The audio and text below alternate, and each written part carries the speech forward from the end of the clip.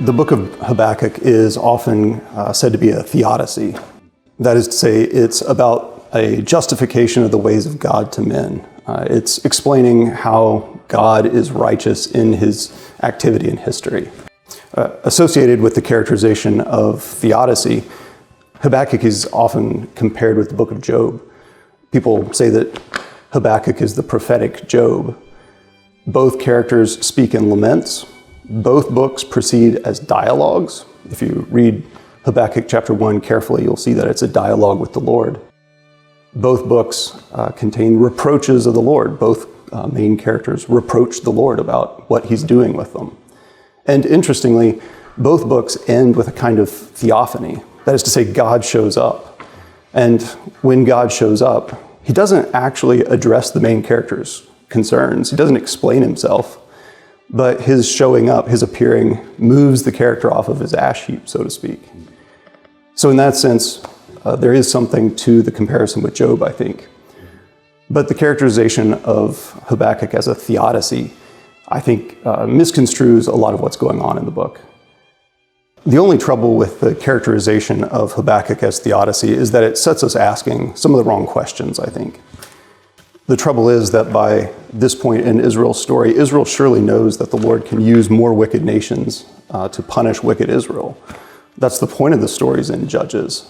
That's the point of what Isaiah says in Isaiah 10 about Assyria. The Lord uses wicked Assyria to chasten his people.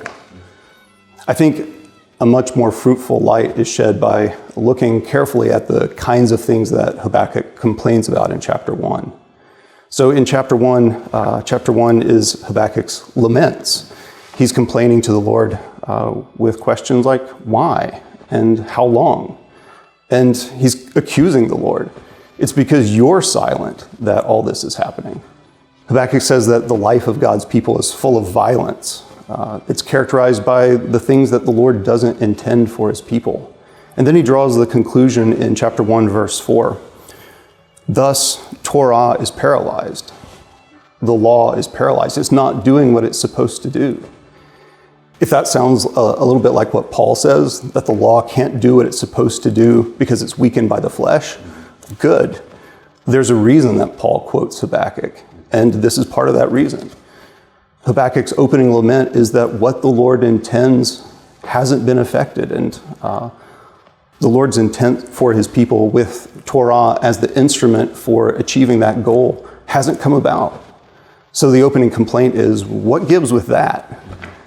Interestingly, though, the Lord doubles down on the problem for Habakkuk. So the Lord's answer to Habakkuk is that I'm bringing in the Chaldeans. Things are actually going to get worse. So usually, as I said, this is treated as an occasion for theodicy. How is this fair of God to bring in a more wicked nation? I think the story makes a lot more sense, though, if you really put some pressure on the name drop of the Chaldeans. Habakkuk has just said that the Lord's purposes with Moses seem to have failed. But back of I'm the Lord your God who brought you out of Egypt is I'm the Lord your God who brought you out of Ur the Chaldees. So when Habakkuk drops the name Chaldees, it's a callback to that point in Israel's story. The problem appears to be that Israel's story is about to be reabsorbed into Babel. Abraham's story looks like it's coming undone. So if we read Habakkuk as fundamentally addressed to that question, how is the Lord going to make good on his old promises to Abraham? I think we get a really different read of the book, and especially of the Lord's answer in chapter 2. So the Lord's answer in chapter 2 has two parts. The structural center of the whole book is the first paragraph, which is the paragraph that Paul quotes from in both his letter to the Romans and the Galatians. So his statement that the just will live by faith, as we usually translate it, that's drawn from the beginning of Habakkuk 2, and that's the text that Christian readers are kind of attuned to whenever they read it. We tend to skip over the woes against Babel in the latter half of chapter 2.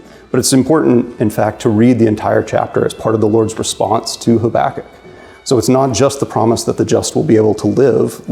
It's also that the Lord is going to make good on his promises, his commitments to Abraham. He is going to deal with Babel and the Neo-Babylonians as the instantiation of the Babel project. So those woes in chapter 2 are theologically significant. The Lord's recommitting himself to making good on old promises to Abraham, to continuing that Abrahamic project. And once you read it like that, then Paul's use of Habakkuk in the theme statement of his letter to the Romans makes a lot more sense. So he quotes from Habakkuk in chapter 1 for a couple reasons. So Habakkuk has put his finger on the fact that the law is weakened by the flesh and isn't able to accomplish what the Lord intends with it. But Paul is also writing a letter that's one of its main concerns will be, has the Lord given up on his Abrahamic project? What gives? Why haven't Abraham's people believed in the Messiah promised to Abraham's people? Has the Lord given up on that project? And Paul is going to have to answer that and say, no, the Lord's still committed to his Abrahamic project. So quoting from Habakkuk at the beginning of his book sets him up on the foundation of the prophets to be able to say, no, the Lord does make good on old promises.